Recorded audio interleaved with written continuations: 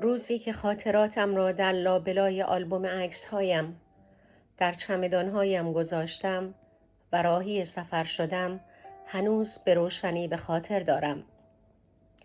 پشت سر گذاشتن و رفتن به سرزمینی ناشناخته برای رسیدن به آنچه که نمی‌دانیم حال دلمان را بهتر می‌کند یا حجم دلتنگی‌هایمان را بی‌شباهت به چیستان‌های دوران کودکیمان نمی باشد.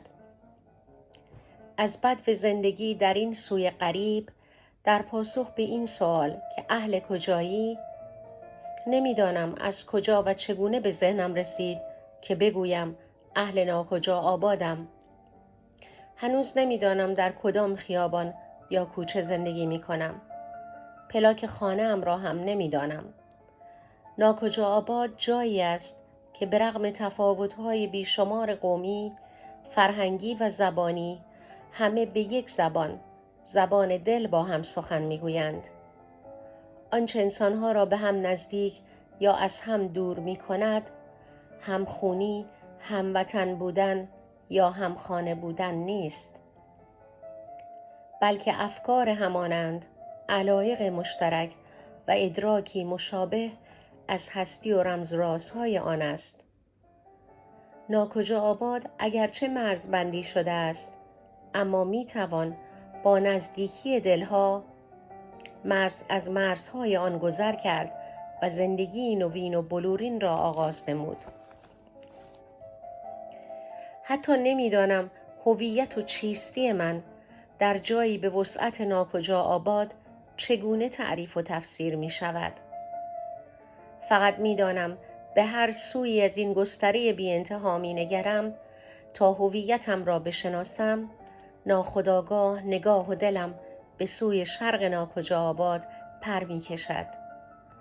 عطر شمعدانی های کنار پنجره ها، حوضهای آبی میان حیاط ها، باغچه های پرگل و زیبا، سقف های بلند خانه ها، کوچه باغ ها و خیابان های بی انتهایش، جاده های بی انتهایش، همه چنان مرا مدهوش و سرمست می دارند که تعلق خاطر و دلبستگی به این سوی دلانگیز ناکجا آباد را برایم باورپذیرتر می کند. ناکجا آباد سرشار از رمز و زیبایی و در عین حال رنج‌های بی‌پایان بشری است. گاهی احساس می کنم گم شدم و در جستجوی خود گم شدم از سوی به سوی دیگر می روم. اما باز هم همان حس غریب مرا به سمت و سوی می کشاند که هنوز عطر نان تازه از آن به مشام می رسد. گلیم ها و غالی های دست باف زنان صبور و مهربان و دلاوری های غیور مردانش همچنان ورد زبان ناکجا آبادی هاست.